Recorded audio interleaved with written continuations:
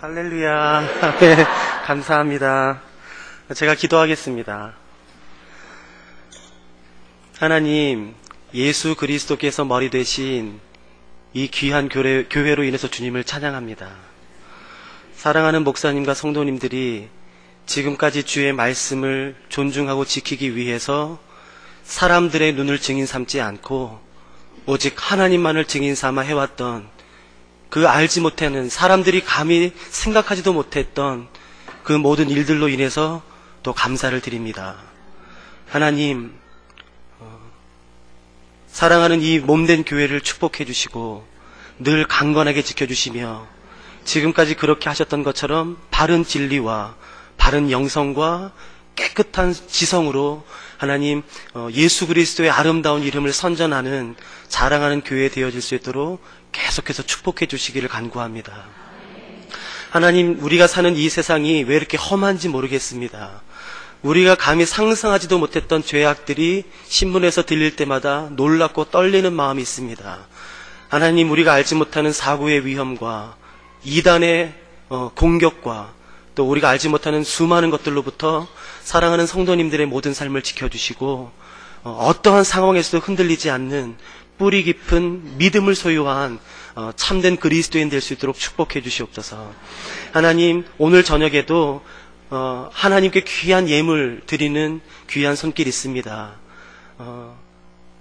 감사의 제목을 더 깊게 하여 주시고 감사의 제목이 더 풍성할 수 있도록 도와주시고 여기에 담겨있는 하나님을 향한 사랑의 고백과 감사의 고백을 받아주시고 또 혹시 기도 제목과 답답함과 하나님 간절함이 있다면 하나님 그 마음 다 헤아려 주셔서 하나님의 때에 하나님의 정확한 신실하신 방법으로 다 이루어질 수 있도록 주님 축복하여 주시옵소서. 하나님, 다시 한번 이 시간을 주의 성령님에게 의탁드립니다. 오셔서 우리를 다스려 주시고 인도하여 주시옵소서. 사랑하는 예수 그리스도의 이름으로 함께 기도드렸습니다. 아멘. 네, 감사합니다.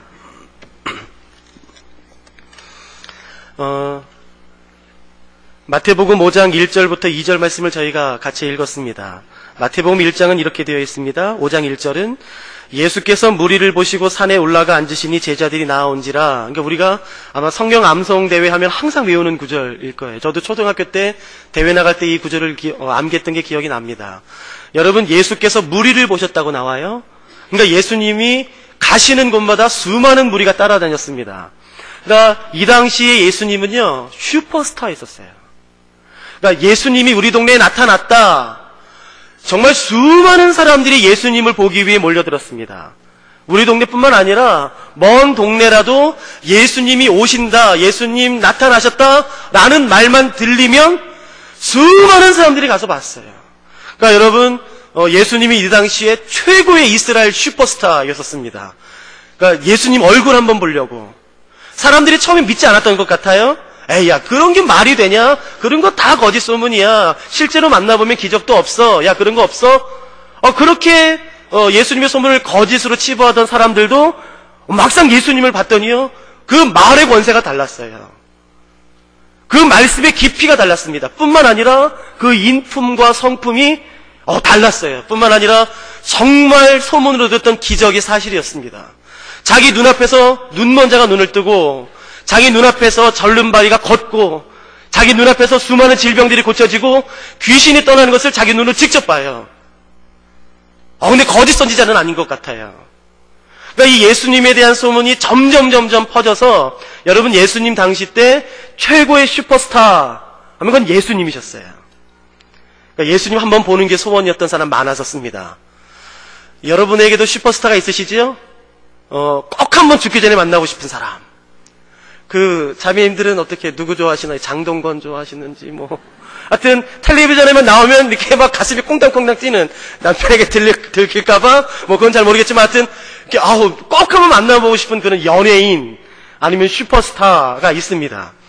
저도 있었어요. 저는 대학교 이제 들어와서 우연한 기회에 서점에서 책을 한 권 읽었는데 그 책의 제목이 내 신을 벗으라라는 책이었었습니다.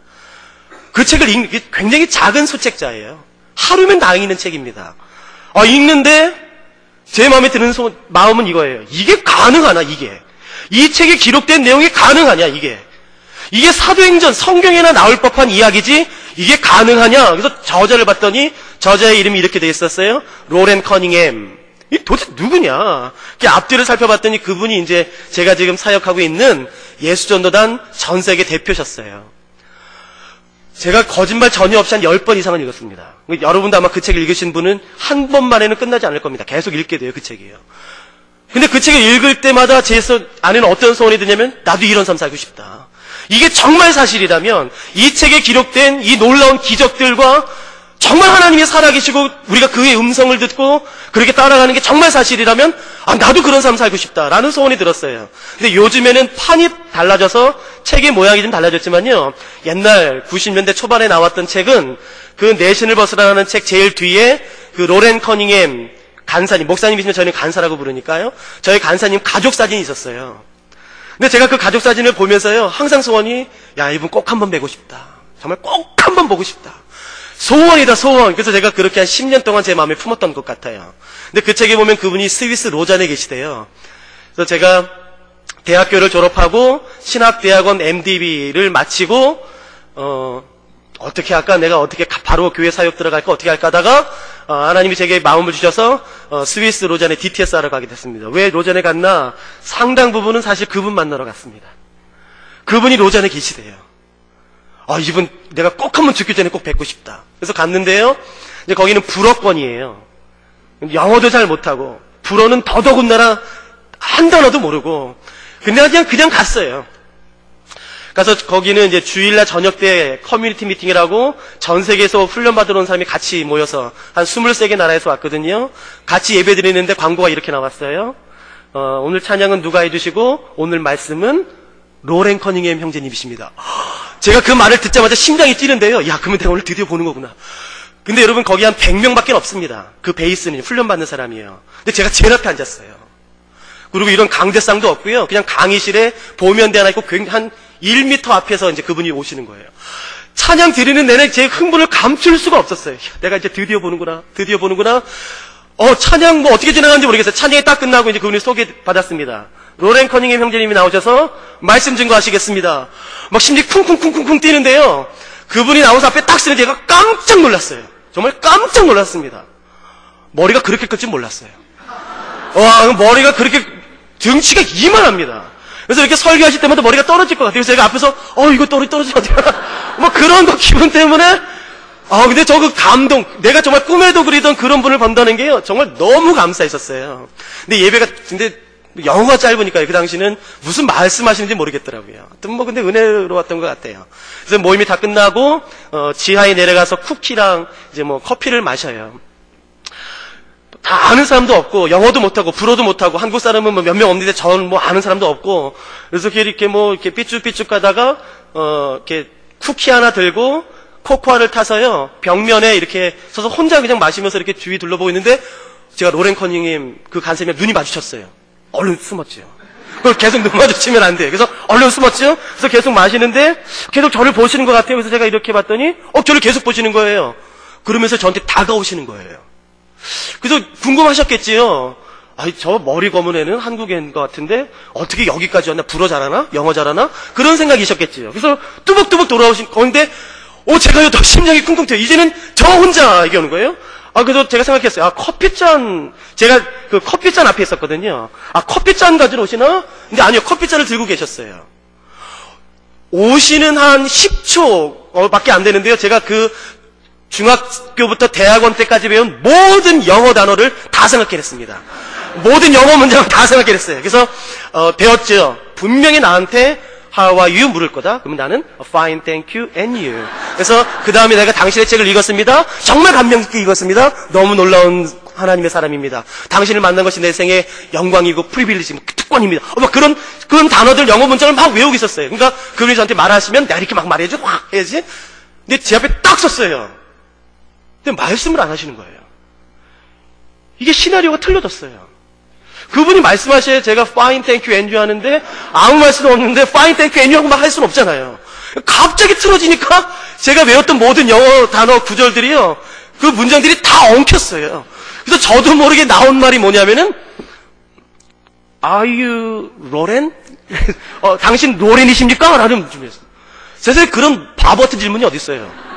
제가 거기서 예배를 드렸고 그 사람 로렌 커닝햄인 거 다 알아요. 근데 제 말이 꼬이더니 저도 몰랐어요. Are you 로렌? 로렌이세요? 그런 말이 어디 있어요. 근데 그분이 당황하셨나 봐요. 세상에 누가 그분에게 묻겠어요. 그분 로렌 커닝햄인 거 다 아는데요. 근데 그분이 당황하셔서 Yes, I'm Loren Cunningham. 근데 제가 그때 멈췄어야 되는데 한마디를 더 했어요. Really? 그러더니 쑥 들어서 가시더라고요. 얼마나 속상한지. 걔가 지금도 그래서 기다리고 있어요, 그분을. 그러니까 저에게 있어서 슈퍼스타는 그분이었어요. 한 번 꼭 만나보고 싶었던. 정말 꿈에도 그리던 제 슈퍼스타는 로렌 커닝햄이었습니다. 여러분, 예수님도 예수님 비교할 수 없죠. 수많은 사람들이 예수님 당시 때 예수님에 대한 소문을 들었습니다. 말씀이 기가 막히대더라. 너 그 말씀 들으면 정말 눈물이 난다. 그리고 안에서 기쁨이 샘솟고 나도 모르게 죄가 싫어지더라. 그 말씀만 들으면 삶이 변화되어지더라. 너 죽기 전에 그 말씀을 꼭 직접 들어. 예수님 기적 기가 막히더라. 그분 성품이 기가 막혀요. 정말 놀라우신 분이더라. 그런 소문이 퍼졌어요. 그래서 수많은 사람들이 보길 원했어요. 그래서 오늘 마태복음 5장 1절에 봤더니 수많은 무리가 예수님을 따라다닙니다. 예수께서 무리를 보시고 산에 올라가 앉으신 제자들이 나온지라. 그러니까 예수님께서 산에 올라가시는데 수많은 사람들이 구름대처럼 달려들었습니다. 그래서 사람들을 앉힌 다음에 이제 드디어 예수님께서 설교를 시작하시는 장면이 마태복음 5장, 6장, 7장입니다. 그 세 장이에요. 우리는 그 장을 산상수훈이라고 부릅니다. 오늘은 이 본문을 사실은 살펴보려고 했는데 저희가 내용은 못 살펴볼 것 같습니다. 여러분, 마태복음 5장, 6장, 7장의 산상수훈이라는 장인데 성경에 설교가 여러 편 나옵니다. 그 여러 편의 설교 가운데 최고의 설교를 뽑아라. 그러면 마태복음 5장, 6장, 7장입니다. 설교 중에 최고봉이에요. 이런 설교가 없습니다. 우리가 알고 있는, 우리가 외우는 성경 구절의 대부분도 여기에 있습니다. 그 유명한 팔복이 여기 있어요.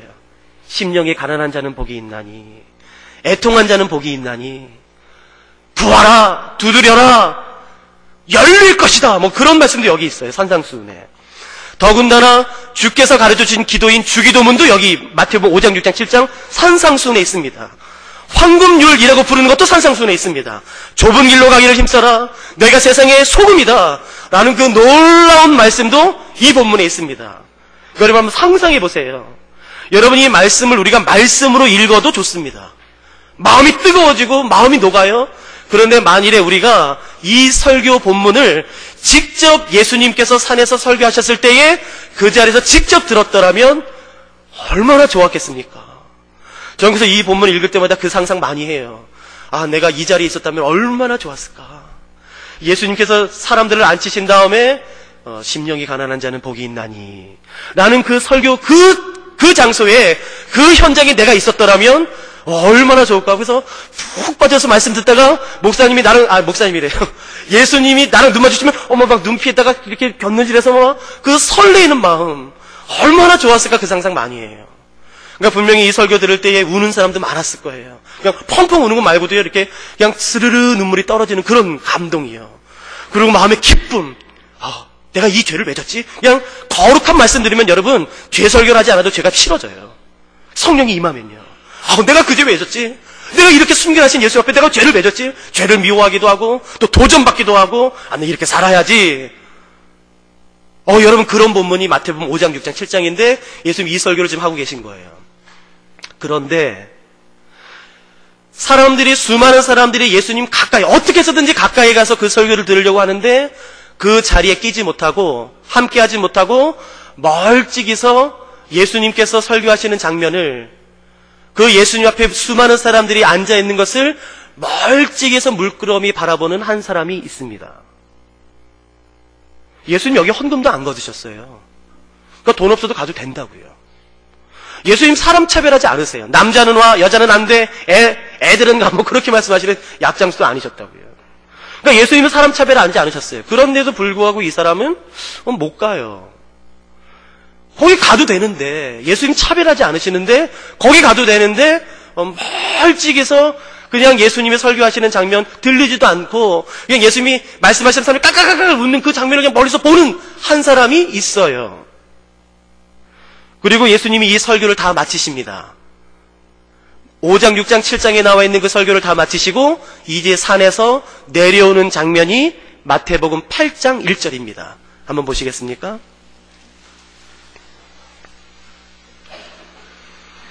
이제 예수님께서 그 유명한 산상순의 설교를 다 마치시고 마태복음 8장 1절에 보니까 산에서 내려오십니다.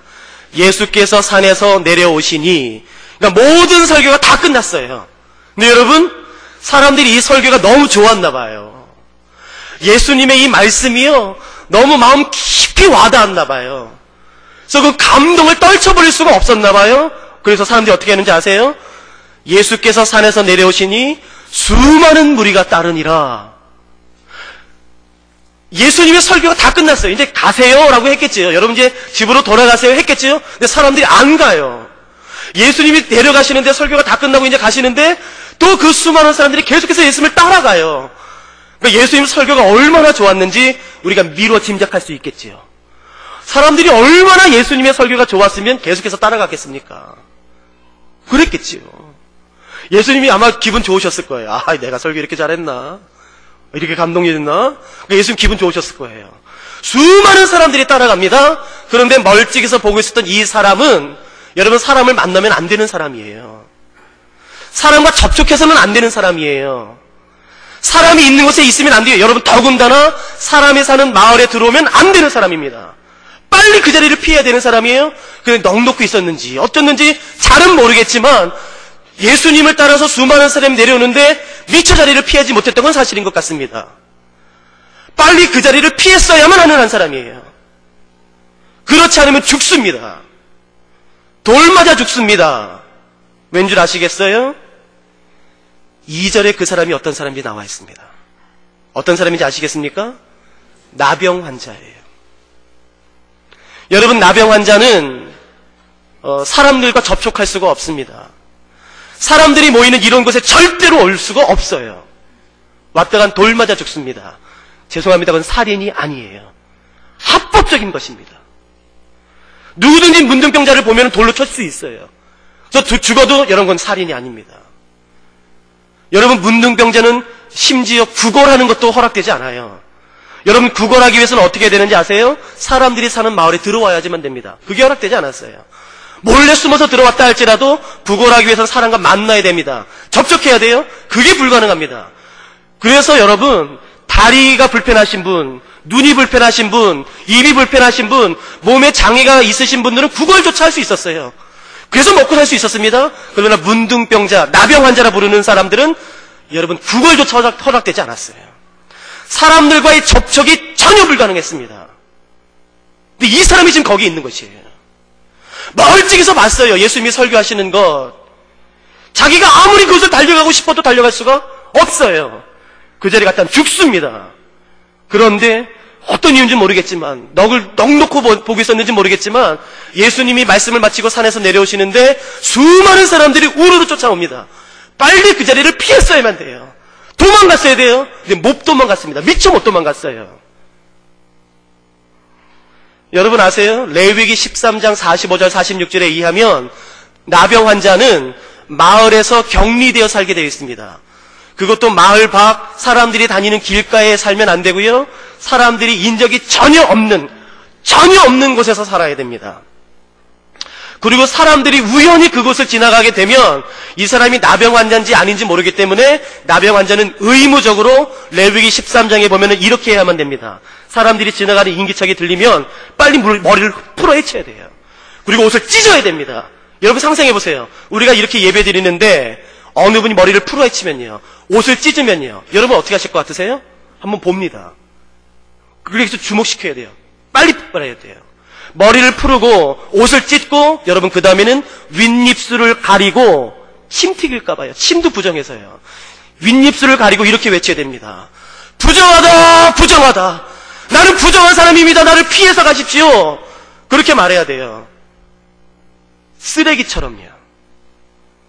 벌레처럼요. 분유처럼요. 그렇게 자기 자신을 사람들한테 인정해야 돼요. 여러분, 그 사람이 지금 인생의 최대 위기를 맞았습니다. 사람들이 내려왔어요. 빨리 그 자리를 피했어야만 합니다. 근데 미처 못 피했어요. 사람들이 내려옵니다. 근데 2절에 보면 이렇게 되어 있어요. 한 나병 환자가 나와 절하며 이르되, 미처 못 피했어요. 그래서 이 사람이 목숨을 걸고 예수님에 달려나갔습니다. 여러분, 이때 예수님이 이 표정 지으면 이 사람 죽습니다. 하면은 예수님이 손 안 대셔도 주변에 있는 사람들이 알아서 돌을 들어서 죽이면 돼요. 여러분, 예수님이 한마디 하시면 됩니다. 나병 환자가 달려 들어왔을 때 예수님이 한마디만 하시면 돼요. 에이! 그러면 이 사람 죽습니다. 예수님이 이 사람 죽여라라고 굳이 말씀하지 않으셔도, 예수님이 직접 돌을 들지 않으셔도 예수님이 그 표정만 하시면, 그 한마디만 하시면 이 사람 죽습니다. 돌 들어서 그대로 죽습니다. 여러분, 나병 환자는 사회에서 격리되는 아픔뿐만 아니라, 혹시 나병 환자 보셨나요? 저는 순천이라고 아시죠? 전라도.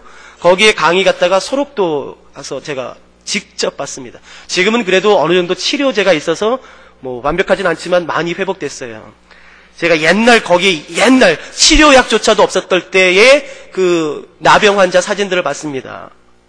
아세요? 손이 썩습니다. 그래서 관절이 떨어져 나가요. 그래서 여기서 고름이 납니다. 그래서 살이 찢어지고 거기서 피가 나요. 그래서 옷이 붓습니다.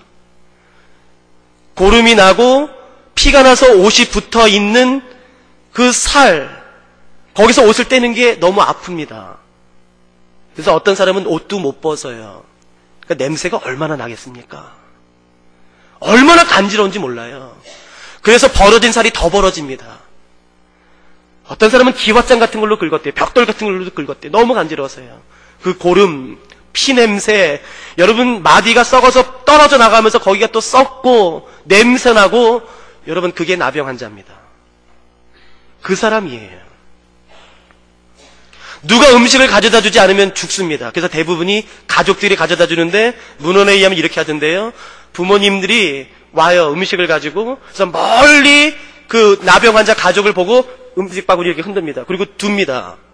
그리고 저 뒤로 가요. 그러면은 가족이 저 멀리 간 것을 확인하고 나병 환자가 와서 그 음식을 가지고 합니다. 직접 전해주지도 못해요. 여러분, 그렇게 안 하면 나병 환자는 그냥 죽습니다. 나병 환자 아십니까? 이스라엘 사회에서는 부정한 병 중에 가장 부정한 것으로 여겨졌습니다. 그뿐만이 아니라 하나님에게 저주받은 병으로 인정됐어요. 그렇기 때문에 누구든지 돌로 쳐서 죽여도 그건 살인이 아니었었어요. 그 사람이 지금 예수님께 나온 것입니다. 목숨을 걸고 나왔어요. 이때 사람들이 죽일 수 있습니다. 예수님 표정, 예수님 한마디면 이 사람 죽습니다. 그 자리에서 죽습니다. 변명조차 못하고 그 자리에서 죽습니다. 생명을 걸고 나왔어요. 그런데 이 나병 환자가 예수님에게 간구하는 내용을 보면 좀 의아스럽습니다. 제가 2절 한번 읽어볼까요? 한 나병 환자가 나와 절하며 이르되, 주여 원하시면 저를 깨끗하게 하실 수 있나이다 라는 말을 해요. 여러분, 목숨 걸고 나왔어요. 근데 말은 이것이에요. 좀 주눅 들어 있어요. 자신 있게 말하지 못해요. 예수님, 주님, 혹시라도 원하시면 저를 깨끗하게 하실 수 있습니다. 이렇게 말씀할 수 있지 않을까요? 예수님, 나도 아브라함의 자손입니다. 나도 유대인입니다. 나 고쳐주세요. 그래, 내가 죄는 졌습니다. 왜 내가 다른 사람보다 죄를 더 많이 졌습니까? 내가 나병을 걸릴 만큼의 죄를 졌습니까? 그렇지 않지 않습니까? 나는 왜 이런 저주 가운데 살아야 됩니까? 그러니까 예수님 고쳐주세요. 나도 예수님 말씀 듣고 싶습니다. 이 나병 고쳐주세요. 나도 아브라함의 자손이고 유대인입니다. 그러니까 빨리 고쳐주세요. 라고 당당하게 외칠 수 있을 것 같아요. 요구할 수 있을 것 같아요. 그런데 본문을 보면요, 목숨 걸고 나왔음에도 불구하고 당당하지 못해요. 자신 있게 말하지 못해요. 이렇게 해요. 주님, 혹시 좀 원하신다면 저를 좀, 시간이 괜찮으시면 저를 좀, 바쁘신 건 아는데 예수님, 아이고 참 바쁘신 건 아는데 제가 방에서 죄송합니다만 예수님 저 주여 원하시면 저를, 당당하지 못해요. 여러분, 이 나병 환자가 예수님에게 왜 당당하게 요구 못하는지 혹시 이해하실 수 있으시겠어요? 저는 10분 이해합니다. 아니요, 100분. 제 마음 중심으로 이 사람 지금 마음 심정 이해할 수 있습니다. 제가 제 얘기 잠깐 해드릴게요. 저는 1992년 4월 28일 날 양구 21사단에서 군 생활을 했습니다. 81mm 박격포를 맸어요. 군 생활하는 거, 힘들긴 다 힘들죠, 다른 거는 견딜만 했습니다. 맞는 거, 행군하는 건 다 견딜만 했어요. 근데 한 가지 제일 어려웠던 게 뭐냐면, 교회를 못 가게 하더라고요. 교회 빠진 적이 없는데. 교회 가는 게 내 유일한 힘이고 소망인데, 낙인데, 교회를 못 가게 하더라고요. 그래서, 내가 작정하고, 교회 한번 가고 싶다라고 있는데, 우연하게, 말년 병장고참 한 명이 수요일 날, 오늘 같은 수요일 날, 야, 교회 갈 사람! 근데 저도 모르게 제가 손을 번쩍 들었어요. 근데 제 바로 윗고참들이 저를 다 째려보더라고요. 눈으로 말했어요. 내려. 근데 제가 못 본 척하고 그 병장에게 계속 말했어요. 저요. 어디서 그런 용기가 났는지. 그래서 그 병장, 그래, 지금 너 가자! 그래서 저를 그냥 데리고 나갔어요. 근데 고참들이, 너 와서 봐자. 근데 제가 이런 마음이 있었어요. 그래, 갔다 와서 난 맞는다. 차라리 맞는다. 내가 오늘 한두 번 맞냐? 내가 맞는다, 차라리. 그 다음은 교회 갈 거다. 맞고 교회 간다. 그래서 제가 오면 맞을 걸 각오하고 교회 갔어요. 교회 가서, 이제, 교회 가려면 언덕을 넘어야 돼요. 산을요. 그, 비무장지대라서요. 산을 넘고 교회 가서 수요 예배 드리고, 돌아오는데 너무 기뻤어요. 정말 너무 기뻤어요. 오랜만에 교회가 너무 기뻤습니다. 근데 가서 맞을 거 생각해도, 괜찮았어요. 까짓 거, 이 기쁨에 비하면 맞을 거 상관없어. 그래서, 이제, 부대 들어오는데 제 바로 윗고참이요. 저를 정말 아껴주고 사랑하는 고참이 있었어요. 제 바로 윗고참. 근데 제가 걱정됐는지 마중 나왔더라고요. 저희는 그 81mm 박격포를 매기 때문에 그 쇠파이프가 항상 있어요. 겨냥대가요. 근데 제 바로 윗고참이 저를 사랑해서 걱정됐는지 그 겨냥대 쇠파이프를 들고 저를 마중 나왔습니다. 그래서 묻지도 않고 따지지도 않고 제가 이제 부대를 들어오는데 정말 묻지도 않고 따지지도 않고 이 쇠파이프로 저를 이렇게 내려쳤어요. 이렇게. 근데 제가 바보였죠. 이렇게 있으면 여기 늑골이 부러질 것 같더라고요. 그래서 저도 모르게 제가 얼굴로 이렇게 막았어요. 그랬더니 여기를 막고, 그래서 제가 왼쪽 고막에 지금 질문도 잘 안 들려요. 그래서 제 목소리가 좀 크지요. 죄송합니다. 제가 잘 안 들려서 그래요. 제가 이쪽을 막고 쓰러졌는데, 이렇게 밟히다가 저도 모르게 이렇게 너무 아팠는지 이 가슴을 이렇게 감싸다가 이렇게 열었어요. 근데 워커 뒷굽이 제 왼쪽 심장을 빵 눌렀습니다. 그래서 그때 맥박이 갑자기 1분에 200번 이상을 갑자기 확 뛰었어요. 그래서 그때 진단받기로는 PSVT라는 발작성 상심실성 빈맥을 진단받았어요. 그게 뭔지 모르시죠? 맥박이 뛰면은 이게 피가 가야 되는데 피가 안 가요. 펌프가 돼서. 그래서 쇼크로 죽는 것이에요. 근데 그게 왔어요. 그래서 제가 그때 응급으로 국군 수도통합병원에 왔어요. 그 옛날에는 등촌동에 있었습니다. 오늘날 좀 옮겼다고 그러는데, 이제 응급으로 왔어요. 그래서 저희 심장내과에 왔는데, 침대가 6개였었습니다. 셋. 근데 제가 제일 중환자. 그래서 제가 링거 4개, 영양제, 피, 그런 거 맞고 있었습니다. 근데, 제가 제일 중환자였었어요. 이왕 거기서 아플 바에야 제일 중환자가 낫죠. 가라 환자보다는 제일 중환자가 낫죠. 이렇게 해서 한 2주 정도 있는데, 이제 링거 2개를 뽑고, 이제 링거 2개 하고 있는데요. 갑자기 헬리콥터 소리가 두두두두두 들리더니요. 저희 심장내과 군의관이랑 그 간호장교들이 막 침대안을 들고 막 나가는 것이에요. 또 응급 환자 오나? 그래서 제가 이제 일어났지요. 여러분, 새 환자가 오는데 어떻게 누워서 맞이합니까? 제가 그렇게 예의 없는 사람은 아니에요. 제가 그렇게 가정교육이 안 된 사람은 아닙니다. 그래서 제가 링거 2개 잡고 새 환자 오니까 병실 앞으로 마중 나갔어요. 근데 오는데 군의관이랑 그 간호장교들이 막 침대를 밀면서 얼굴이 사색돼가지고요. 막 뛰어오면서 저희 병실로 쑥 들어왔어요. 그러니 갑자기 침대가 어떻게 됐냐면 침대가 셋, 넷. 7개가 됐어요. 짝이 안 맞는 홀수가 됐어요. 셋, 넷. 야, 근데 자존심이 확 상하는 게요. 링거를 5개 맞는 거예요. 난 4개인데. 막 자존심이 확 상하더라고요. 그래서, 이 사람 뭔데 이렇게 5개야. 이렇게 가서 침대 앞에 그 병명이 있지 않습니까? 이렇게 가서 봤더니 모르겠어요. 영어로 써 있는데. 그래서 군의관한테 가서 이게 무슨 병이에요? 세상에 좀 그런 병이 있는지 처음 알았어요. 심장 확대증이에요. 심장이 확대됐대요. 그래서 결론은 저랑 비슷해요. 펌프질을 하는데 피가 안 나가는 거예요. 그래서 요 끝에부터 저려서 이제 결국 오는데 한 3기쯤 됐다고 하더라고요. 그래서 이 사람이 저희 병실에서 공교롭게도 계급이 제일 높았어요. 그래서 이 끝이 항상 절이 돼요. 피가 안 가니까요. 그래서 나머지 6명, 그러니까 3개, 4개니까 7명이지 않습니까? 나머지 6명을 돌아가면서 계속 부르는 거예요. 야, 일로 와서 주물러. 그 환자들이 가서 이렇게 주무르는 거예요. 근데 10분 이상 주무른 사람이 없어요. 10분 이상. 우리가 거기 놀러 갔습니까? 뭐 피크닉 간 것도 아니고 다 링거 맞고 막 아픈 사람인데 그걸 어떻게 합니까? 그래서 죄송합니다. 제가 못하겠습니다. 그러면 너 와. 결국 그러다가 제 차례가 됐어요. 제가 제일 끝에 있었는데요. 야, 이지용 와서 주물러. 와, 그런데요, 여러분 절대 그러시면 안 됩니다. 저도 뭐 지금도 절대 그러시면 안 돼요. 군대에서는요. 근데 저도 모르게 그때요. 야, 이지용 와서 주물러 하는데 저도 모르게 갑자기 분노가 팍 일어나더라고요. 저도 모르게 그러시면 안 되는데 저도 모르게 야, 이 자식아, 너 진짜 못됐다. 너 괴금은 높지. 그러나 여기 다 너보다 나이 많다. 많은 사람도 많은데 우리가 다 여기 놀러 왔냐? 너 아픈 건 알고 힘든 건 알겠는데 넌 정말 여기까지 와서도 그 짓을 할래? 넌 정말 못됐다. 정말 못됐어. 라고 말하고 싶은 거예요, 제가. 이 착한 제가. 여러분, 제가 깜짝 놀랐어요. 저는 정말 그런 마음을 가진 적이 없어요. 아니, 어떻게 제가 그런 마음을 갖겠어요? 착한 제가. 저기서 깜짝, 여러분 그런 마음 가지시면 안 돼요. 군대에서는 그러면 안 됩니다. 저는 어렸을 때 착해야 된다고 배웠다고요. 그래서, 야, 이주에 와서 주물러! 제가 대답했지요.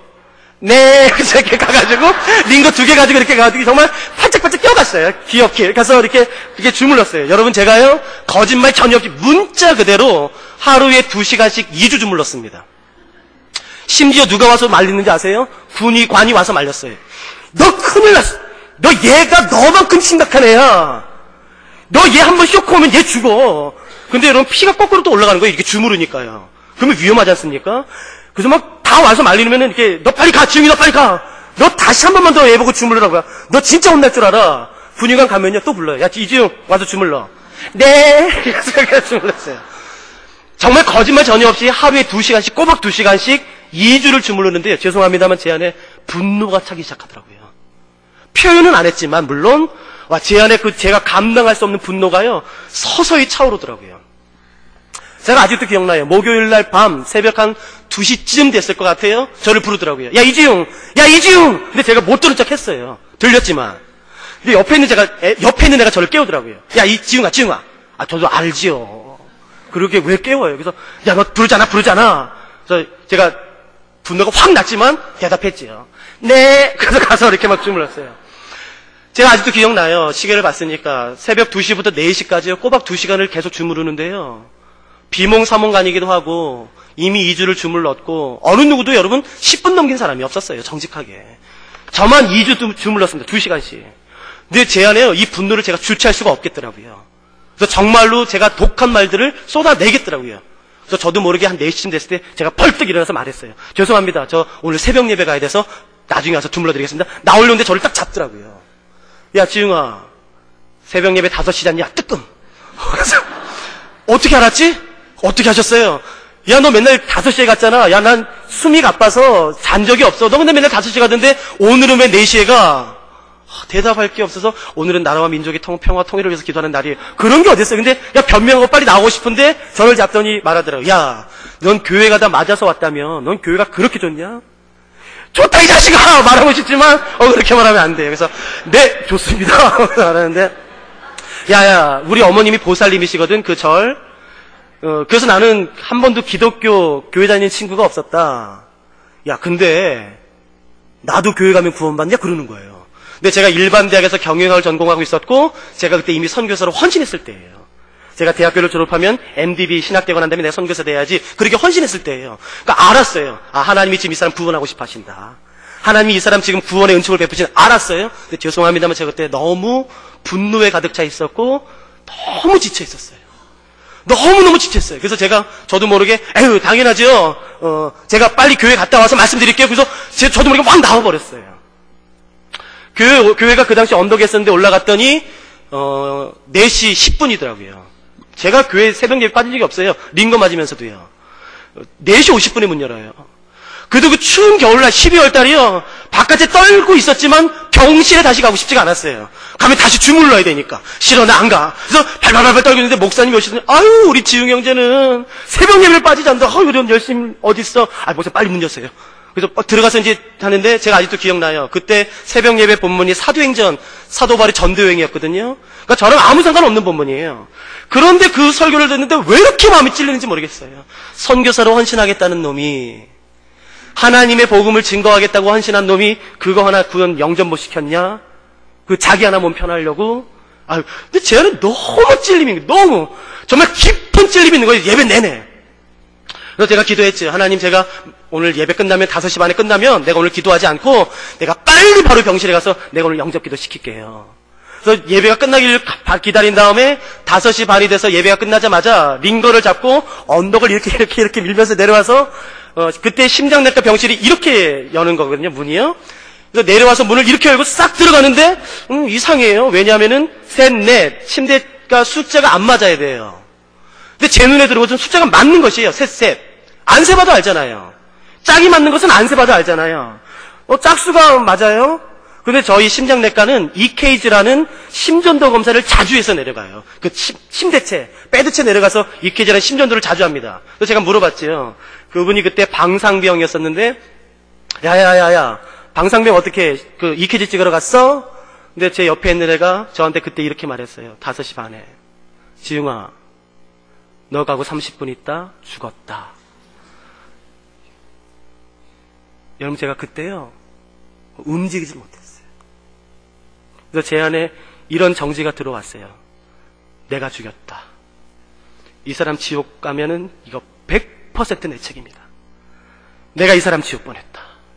하나님이 이 사람 생명 가져가시기 전에 마지막 나에게 그 영혼 부탁하셨는데 내가 이 사람 지옥 보냈다. 그래서 죄송합니다만 그때 제가 좀 막 살았었어요.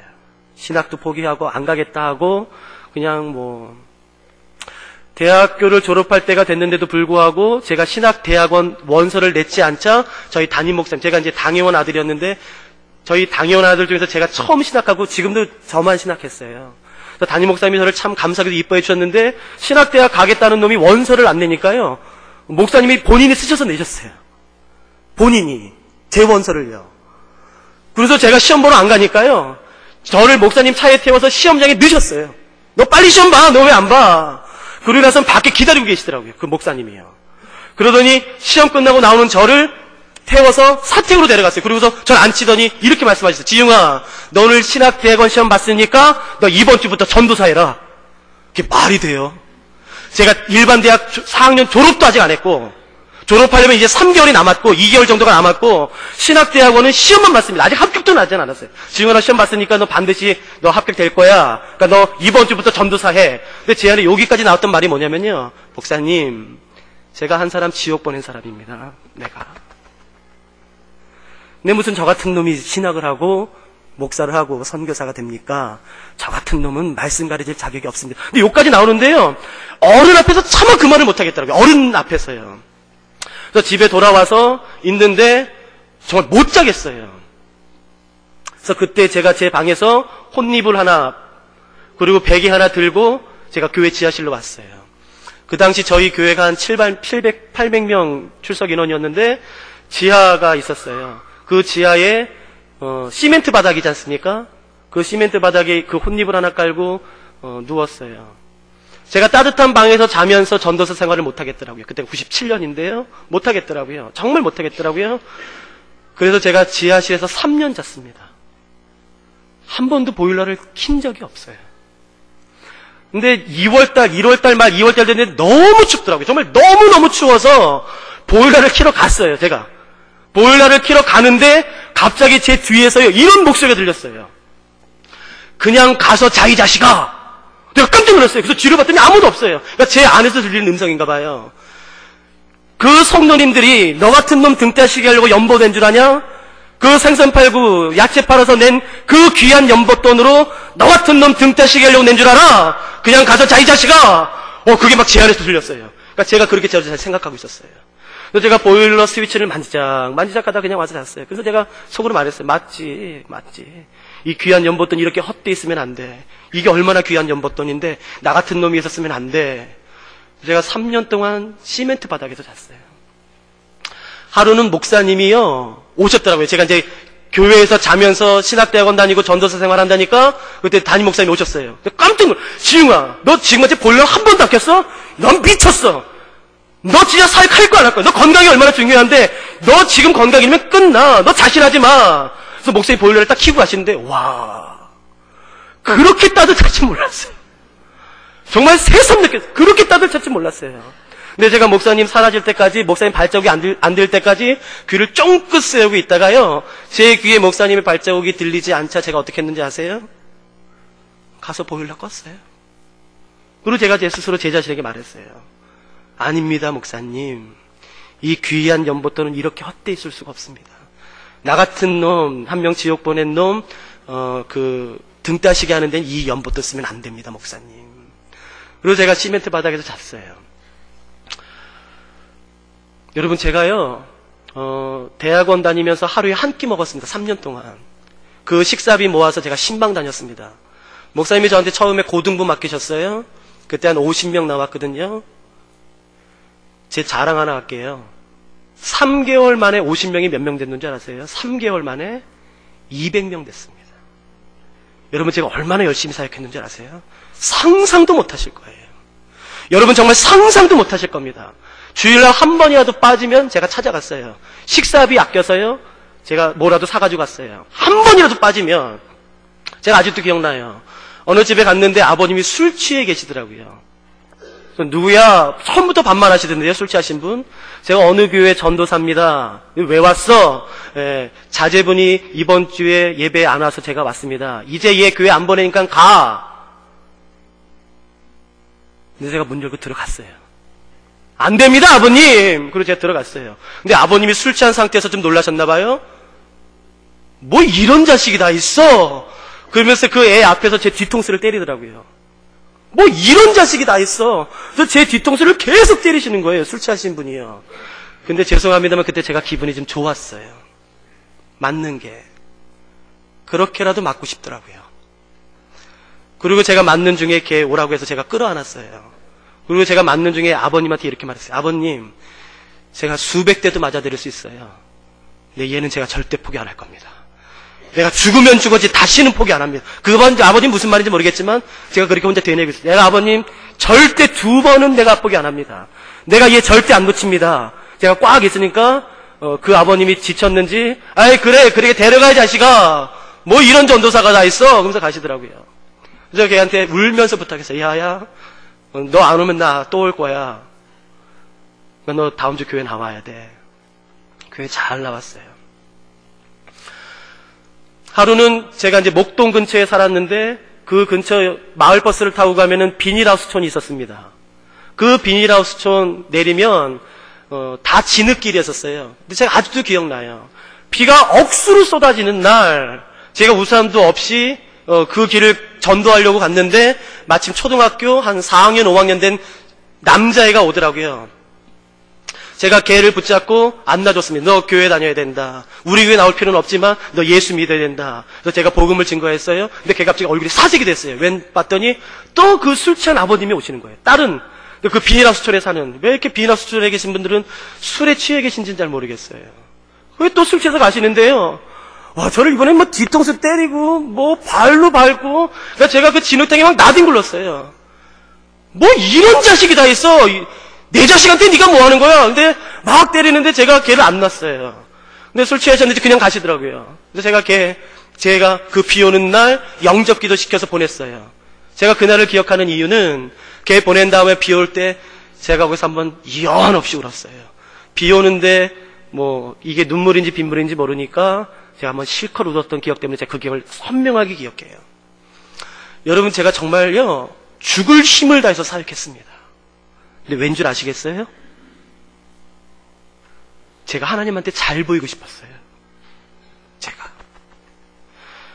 제가 하나님한테 정말 잘 보이고 싶었어요. 내가 어떻게 하면 하나님 화 풀어드리나. 나에게 맡겨준 영은 지옥 보낸 놈인데 내가 이런 사역하는데 내가 어떻게 하면 하나님 화 풀어드리나. 제가 그거 하나님 화 풀어드리고 싶어서요. 제가 3년 동안 정말 힘에 지나도록 사역했습니다. 그래서 제가 기관지가 이렇게 좀 쪼가라들었고 이렇게 많이 이렇게 갈라졌어요. 숨을 잘 못 쉬어요. 지금도 가끔씩. 지금 많이 낮았는데 그 당시에는 숨을 못 쉬니까 하면 숨이 안 따라 올라왔었어요. 그래서 제가 굉장히 힘든 적이 있었습니다. 지하실에서 자고 또 곰팡이 생기고 보일러 켜서 한번 닦으면 되는데 그 보일러를 킨 적이 없으니까요. 대학원을 졸업하고 이제 어떻게 할까 하다가 이제 제가 스위스 로잔에 간 거예요. 그때. 이 책의 삶을 살고 싶다 내가. 네, 여기서 이 하나님 다시 만나고 싶다. 그래서 스위스 로잔에 가서 DTS라는 것을 봤는데 또 기관지가 또 나빠졌어요. 그래서 아침에 일어나는데 숨을 못 쉬겠더라고요. 그래서 숨이 안 따라 올라와요. 근데 제 룸메이트가 미국 친구 네이먼이라는 사람이었어요. 그래서 네이먼한테 야 네이먼 나 오늘 강의 못 갈 것 같다. 그러니까 간사님들한테 좀 말해줘. 내가 숨을 못 쉬겠다. 그래서 보낸 다음에 침대에 누워서요. 그냥 눈물이 나더라고요. 눈물이. 그래서 제가 여기 목까지 나왔던 기도 제목이 이거였습니다. 하나님, 제가 지난 3년 동안 제가 죽을 힘을 다해서 했습니다. 하루에 내가 두 끼도 먹어본 적이 없습니다. 지난 3년 동안. 내가 힘에 지나도록 복음 전했습니다. 하나 한 번만 좀 봐주시면 안 됩니까? 하나님 이제 한 번만 좀 봐주시면 안 되겠습니까? 내가 잘못한 것 아니까? 내가 정말 나쁜 놈이란 거 아니까? 나 한 번만 봐주시면 안 됩니까? 나 혹시 이 기관지 한 번만 고쳐주시면 안 됩니까? 라는 기도가 여기까지 나오는데 참아 못하겠더라고요. 이게 벼락의 낯짝이지. 그 한 영혼 지옥 보내놓고 제가 어떻게 그런 기도를 해요? 말도 안 되죠. 그래서 그냥 하염없이 눈물을 흘리는데 11시 반쯤 됐는데 안 되겠더라고요. 그래서 제가 일어나서 샤워하고 새 옷으로 갈아입고 제가 내려갔어요. 정말 이런 각오로요. 내 오늘 죽는다. 내 정말 숨을 못 쉬는 상황이었거든요. 내 오늘 여기서 죽는다. 차라리 죽자. 그래서 강의실 내려갔는데 12시가 됐어요. 11시 반에 강의가 끝나는데 강의실 제일 뒤에 가서 제가 고개를 푹 쳐박고 있었습니다. 남아프리카 공화국에서 온 흑인 형제님인데 예언이래요. 예언한대요. 예언. 근데 여러분 저는 저희 교회 담임 목사님이 뭐 은사에 대해서 저희에게 많이 가르쳐주지 않으신 분이에요. 그러니까 조용조용하게 설교하시고 말씀으로 양육하시는 분인데 뭐 은사, 뭐 방언, 예언 걸 처음 들었어요. 야, 이건 무슨 이런 이단이 다 있나. 내가 이런 이단에 와가지고 내가 지금 뭐하나. 근데 더군다나 그분이 어떻게 기도하는 사람이냐면요. 하나님이 당신에게 이렇게 계획을 가지고 계십니다. 이렇게 말씀하십니다. 라고 기도하는 사람이 아니라 마치 하나님처럼 말하는 사람이에요. 내 아들아, 지가 하나님이야? 야, 내가 이런 이단에 왜 와 있냐, 이런 이단에. 야, 내가 진짜 미쳤지. 저 뒤에서 정말 한심스럽기도 하고, 숨도 못 쉬어서 고개 푹 쳐박고 있는데, 한 5분 정도 지났을까요? 누가 제 옆에 오는 게 느껴졌어요. 숨을 못 쉬니까 그냥 고개 푹 쳐박고 있었어요. 근데 누가 제 앞에 무릎을 꿇더라고요. 그래서 무릎을 꿇고서 무릎을 한 두세 발자국 왔어요. 그래서 저한테 가까이 왔습니다. 근데 제가 관심이 없었어요. 근데 강사였겠죠? 관심이 없었어요. 계속 푹 쳐박고 있는데 그 강사가 제 뒷목을 팍 잡더니요. 갑자기 제 뒷목을 잡고 머리를 자기 이 오른쪽으로 확 당기는데 제가 깜짝 놀랐어요. 그 암내 때문에요. 내가 그냥 코가 뻥 이런 냄새가 있어. 막 정말 숨이 뻥 터지더라고요. 그래서 제가 얼른 일어났는데 그 강사님이랑 코가 이렇게 마주쳤어요. 그래서 제가 너무 창피해서 고개 얼른 숙였죠. 근데 그 다음에 푹 앉더니 저를 꼭 끌어안고 이제 예언해주기 시작했어요. 물론 영어로요. 첫 단어가 이거였었습니다. Dear my son, 지웅. 내 사랑하는 아들 지웅아. 근데 제가 놀랬던 이유가요. 제가 이름표가 없었어요. 이 사람이 내 이름을 어떻게 알았어? 내가 오늘 이단 잘못 걸렸다. 이단 잘못 걸렸어. 내가 이런. 근데 제가 저도 외국에서 생활을 했기 때문에요. 외국 사람들이 제 이름을 발음을 잘 못합니다. 굉장히 느끼하게 발음해요. 지웅. 굉장히 느끼하게 발음합니다. 근데 저는 더군다나 독일 사람을 싫어해요. 독일어로는 제가 웅이기 때문에 W거든요. W. 독일어로 W가 비읍 발음합니다. 그래서 항상 영어로 쓰면은 독일 애들은 지붕, 지웅, 지붕. 난 정말 독일 발음이 싫었다고요. 그런데 이 사람은요, 마치 한국 사람처럼 발음했어요. 제 이름을요. 제가 외국 사람 많이 안다고. 제가 살았잖아요. 그런데 외국 사람처럼 발음하는 게 아니라 내 이름표도 없는데 어떻게 알았고, 더군다나 제 이름을 한국 사람처럼 발음했어요. Dear my son, 지웅. 그래서 깜짝 놀랐어요. 이단에 잘못 빠졌다, 이단에 잘못 빠졌다. 그렇게 하고 있는데 그분이 저를 안더니 첫 번째 해준 기도가 이거였었어요. 지웅아, 보일러 왜 껐니? 라는 말이었어요. 근데 제 마음이, 제 생각이 그래서 혼란스럽게 시작했어요. 이거 뭐냐? 이단 뭐냐, 이거. 내가 예수 그리스도의 이름으로 대적해야 되나? 이거 뭐야? 근데 그 예언이 이렇게 나오기 시작했어요. 지웅아, 보일러 왜 껐니? 내가 너 보일러 켜주라고 목사님 보냈었단다. 내 아들아, 보일러 왜 껐냐? 내가 그 말 듣는데 갑자기 마음이 무너지기 시작했어요. 근데 제가 하나님으로부터 온 거라고 믿고 싶지가 않았어요. 하나님이 나한테 그런 말 말씀하실 리가 없다. 하나님 얼마나 화나있는데 나한테. 그 맡겨준 영혼 지옥 보냈던 하나님 얼마나 화나있는데 나한테 그런 말씀을 하실 이유가 없다. 그렇게 생각하고서 내가 안 들으려고 하는데 그 다음 단어가 이거 있었어요. 부사구문으로요. 너 기억나냐? 비 오는 날 이렇게 돼 있었어요. 그래서 제가 생각했어요. 그래? 비 오는 날 좋아. 나도 한 가지 아는 것 있지. 그 비닐하우스촌 진흙탕에서 내가 어린아이 그 초등학교에 내가 무릎 꿇고 영적기도 시켰던 건 내가 알지. 만일에 이 사람 입에서 그 이야기가 나온다면 내가 이 말이 하나님으로부터 온 줄 내가 믿는다 라고 제가 스스로 생각하고 있었어요. Do you know my son? 너 비 오는 날. 제가 그 생각하고 있었어요. 근데 이렇게 예언이 나왔어요. 너 기억나냐? 비 오는 날 그 비닐하우스 앞에서 그 어린 소년 앞에 무릎 꿇고 그 아이를 영접기도 시켰을 때 내가 하늘에 있는 모든 천사들을 다 모았단다. 그리고 내가 너를 보게 했다. 그리고 내가 모든 천사들 앞에서 내가 너를 이렇게 말했다. 봐라. 얘가 내 아들이다. 내 사랑하는 아들이다. 내가 너를 천사들 앞에서 자랑했단다. 내 아들아. 제가 그 말을 듣는 순간 제 마음이 이미 무너졌더라고요. 그럼 하나님 화 안 났나? 나 한 명 지옥 보냈는데. 나 같은 놈이 무슨 사역한답시고 이거 뭐하나. 하나님 화 안 났나? 그래서 제 안에 수많은 생각이 오가기 시작했어요. 그래서 예언이 계속 나왔어요. 지중아, 네가 나를 위해 했던 그 3년의 모든 시간을 내가 내 책에 다 써놨단다. 와, 그 모든 예언이 다 정확했어요. 네가 나를 위해 했던 그 모든 3년의 사역을 내가 내 책에 다 기록해놨단다. 내가 지금도 그것을 매일 읽는단다. 그리고 내가 너를 얼마나 사랑하는 줄 아냐? 내가 너를 얼마나 자랑스럽게 생각하는 줄 아냐? I'm so proud of you, my son. 내가 너를 정말로 자랑스럽게 생각한다. 내 아들아. 내 아들아. 그러니까 그 my son 이야기가 계속 나왔어요. 그러니까 제가 이미 그분 품 안에 안겨서 제가 펑펑 울고 있었어요. 근데 예언이 이렇게 바뀌었어요. 그러나 내 아들아, 제발 이제는 나랑 같이 하자. 제발 혼자 하지 마라. 내 아들아. 언제까지 혼자 할래? 나랑 같이 사역하자. 내가 너를 사랑한단다. 내가 너를 자랑스럽게 생각한단다. 내 아들아. 그리고 제일 마지막 이렇게 끝났어요. Thank you so much, my son. 하나님이 나한테 감사한 게 뭐 있나? 내가 감사하지. 그래서 저는 이 나병 환자 마음 알겠어요. 정말 알겠어요. 예수님, 나도 아브라함 자손입니다. 내가 무슨 죄를 졌어 이런 고난을 당합니까? 그래, 내가 죄 졌지만 다른 사람들보다 더 나쁜 죄 졌습니까?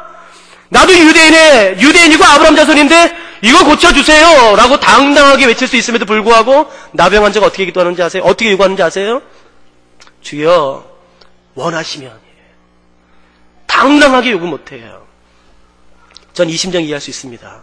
여러분이 나병 환자가 예수님에게 나가서 주여, 자신 없이 원하시면 저를 깨끗하게 하실 수 있습니다 이렇게 삐죽삐죽거리면서 당당하지 못하게 요구할 때 예수님이 하셨던 말씀이 여러분 3절에 기록되어 있습니다.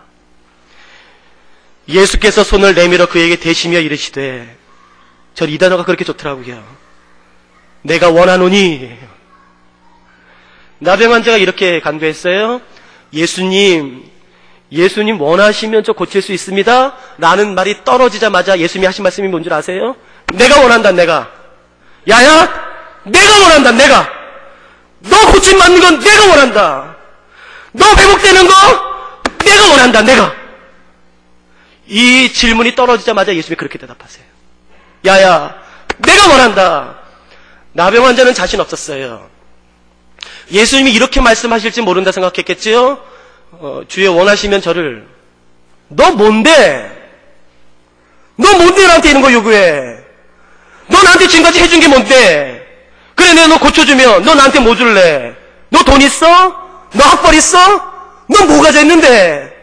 여러분, 나병 환자입니다. 그 기간 동안에 돈 얼마나 벌었겠습니까? 무슨 공부를 그렇게 많이 했겠습니까? 여러분, 예수님이 그렇게 묻는다면 나병 환자 할 말 없어요. 그러니까 자신 없어요.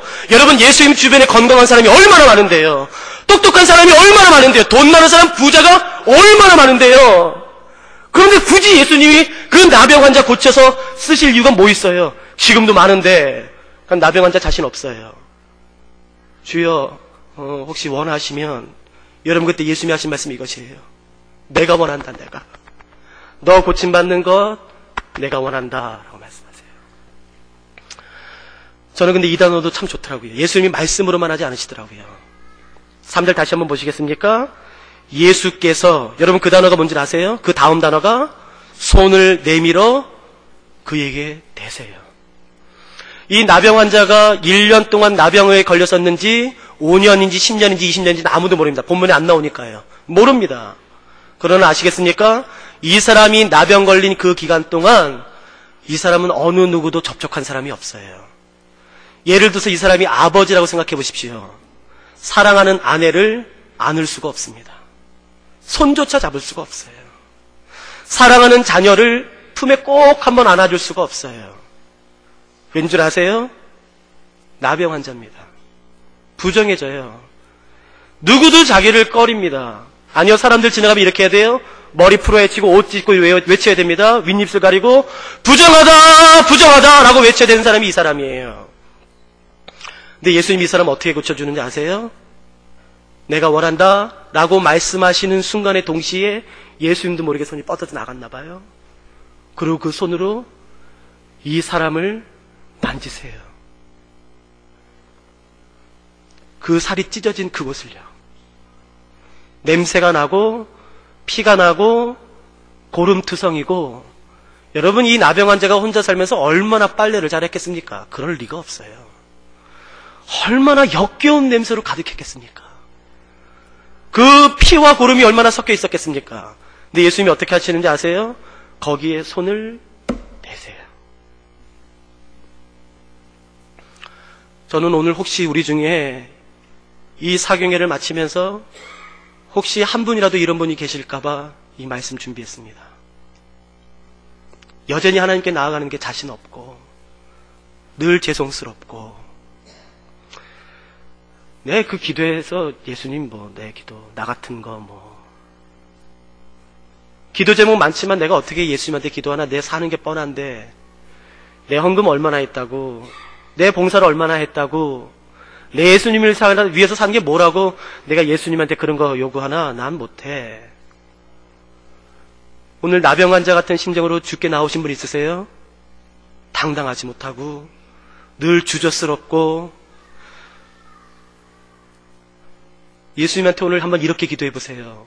주여, 원하시면 저를, 여러분 그 기도 끝나기 전에 예수님이 이렇게 대답하실 거예요. 오늘 내가 원한다 얘야.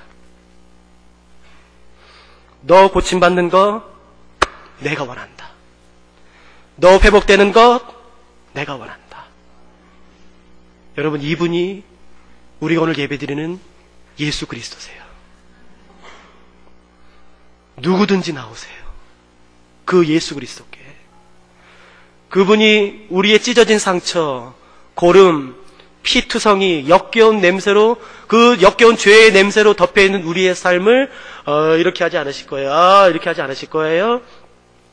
손을 내밀어서 만져주실 거예요. 그 품에 안아주실 거예요.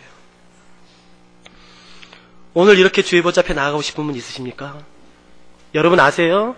예수님 당시 때 나병은 누구도 고칠 수 없는 병입니다. 어떤 의사도 고칠 수 없는 병이에요. 지금도 완전하게는 안 되지 않습니까?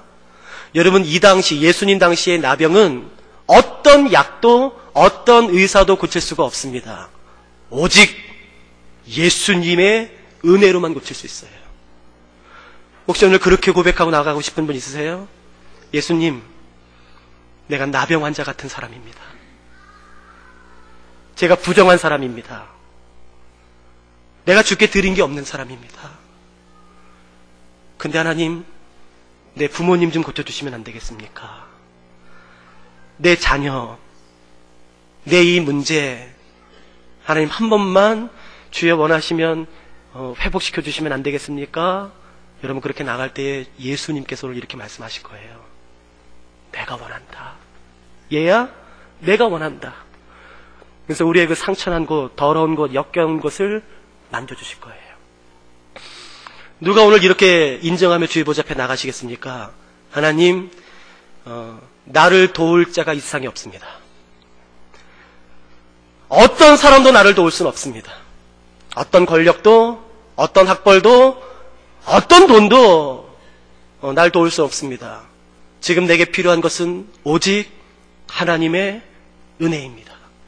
그 은혜만이 내게 필요한 것입니다. 라고 고백하고 싶은 분 있으시면 여러분 제가 오늘 부탁드리고 싶어요. 마지막 날 주저하지 마시고 나가십시오. 하나님 저는 주께 지금까지 헌금을 드린 적이 없습니다. 여러분 우리 예수님 돈 좋아하시는 분 아니세요. 걱정하지 말고 나오십시오. 괜찮아요. 우리 하나님 그렇게 싸우려 신이 아니라고요. 여러분 지금까지 인생의 죄덩어리입니까? 나병 환자처럼? 괜찮습니다. 예수님께 나오시기만 하시면 돼요. 예수님 그분 이외에는 소망이 없습니다. 찬양 하나 하실까요?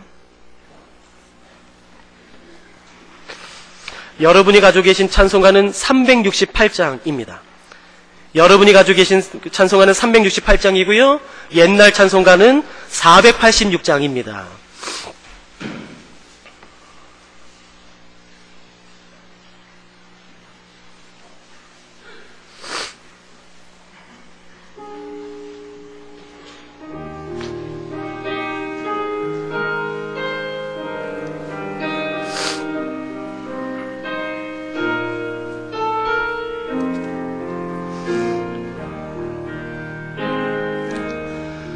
주 예수여 은혜를 내려주사 고충 많게 하옵소서. 이 줄이고 목마른 나의 맘에 주 성령을 부소서. 주 예수여 충만한 은혜 내 영혼에 부소서. 주 예수만 나의 힘 되고 내 만족함 되니. 4절 같이 찬양하시겠습니다. 주 예수여 완전한 주 예수여 완전한 주의 사랑 나 받기를 원합니다. 그 사랑이 내 맘에 충만하여 날 기쁘게 하옵소서. 주 예수여 충만한 은혜 내 영혼에 부소서. 주 예수만 나의 힘 되고 내 만족한. 우리 한 번만 더 찬양하시겠습니까? 우리 1절 찬양하겠습니다. 주 예수의 은혜를. 주 예수여 은혜를 내려주사 고충 많게 하옵소서. 이 줄이고 목마른 나의 맘에 주소. 우리 함께 예수 그리스도 이름을 부르며 찬양하십시다. 주 예수여, 주 예수여, 충만한 은혜 내 영혼에 부소서. 주 예수만 나의 힘돼 내 만족하되.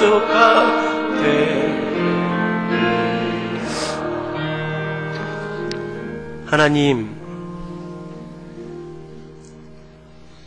오늘 이 시간에 주께서 나에게 너 혹시 소원 있냐?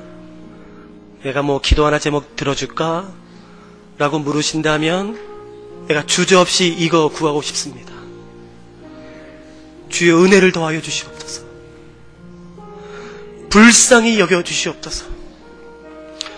하나님, 우리가 우리의 인생에 기둥으로 알고 믿고 의지하며 살아왔던 것이 어느 순간에 봤더니 지푸라기였었습니다. 우리가 보석인 줄 알고 그렇게 꽁꽁 숨기며 애쓰고 수고하여 모아왔던 것이 어느 순간에 봤더니 그냥 돌덩어리였었습니다. 우리가 언제까지 그런 도울 힘이 없는 사람들을 의지하고 나를 도울 힘이 없는 그런 헛된 것들을 의지하며 살겠습니까? 주님, 정말 간절히 간구하는 것은 우리의 눈을 열어주셔서 주님이 어떤 분이신지 알 수 있도록 도와주시옵소서. 얼마나 놀랍고 그 사랑과 긍휼과 은혜가 얼마나 한이 없으신지 우리가 알 수 있도록 도와주시옵소서. 그래서 예수 그리스도가 우리의 자랑되게 하여 주시고 예수 그리스도만이 우리의 소망되게 하여 주시옵소서. 우리 사랑하는 원당감리교회의 유일한 소망이 되어주시고 유일한 이유가 되어주시고 모든 것 되어주시옵소서. 주님, 주님을 더 사랑할 수 있도록 도와주시고 다른 것 의지하지 않고 한눈 팔지 않도록 도와주시옵소서. 하나님, 제가 한글이 짧아서 이것보다 더 기가 막힌 단어로 좀 하나님한테 고백하면 멋들어지겠는데 세련되겠는데 제가 한글이 짧아서 이 말밖에 생각이 안 납니다. 하나님 용서하시고 들어주십시오. 하나님, 감사합니다. 그리고 사랑합니다. 어떻게 나 같은 사람을 구원하실 생각을 하셨습니까? 하나님이 이 세상에서 하신 것 가운데 가장 잘하신 일이십니다. 그 사랑 배신하지 않도록 믿음 지켜주시옵소서. 이 믿음 사랑 변하지 않도록 주의 사랑으로 주의 성령으로 충만케 하여 주시옵소서. 감사합니다. 사랑하는 예수 그리스도의 이름으로 함께 기도드렸습니다. 아멘.